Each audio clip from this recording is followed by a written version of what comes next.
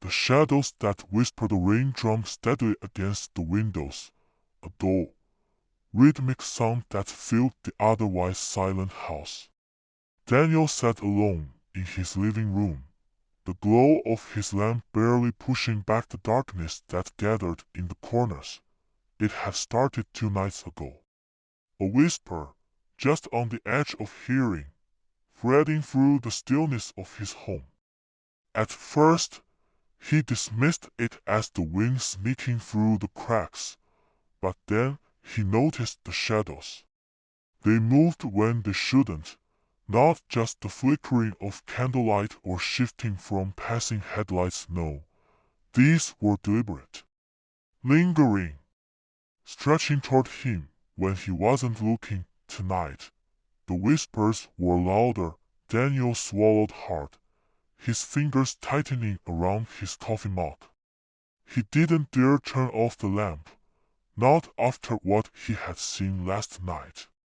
The moment the lights flickered, the shadows had surged forward, reaching like grasping hands. He had barely managed to switch the light back on in time now. He sat frozen, staring at the walls, the furniture, the floor, watching for the unnatural movements in the darkness. A creak echoed from the hallway. His breath hitched. He hadn't moved. Slowly, he turned his head. The hallway was dark, too dark. The weak light from the lamp should have at least touched its entrance, but the shadows swallowed it whole. It was an abyss, and then he saw it, a shape, a figure, darker than the surrounding night, standing at the end of the hall.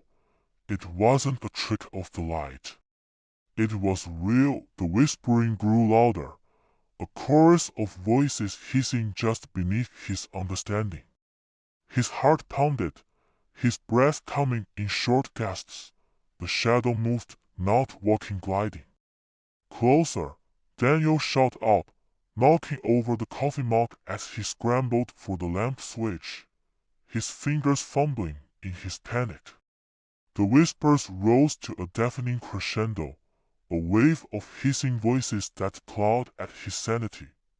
His fingers found the switch, light flooded the room. The whispering stopped, the shadow was gone. Daniel stood there, panting, his eyes darting around the room. Had it left? Or was it just waiting? His pulse thundered in his ears as he backed away, reaching for his phone. He had to get out. He had to. The power went out, darkness swallowed the house, and the whispering returned. This time, it was right behind him.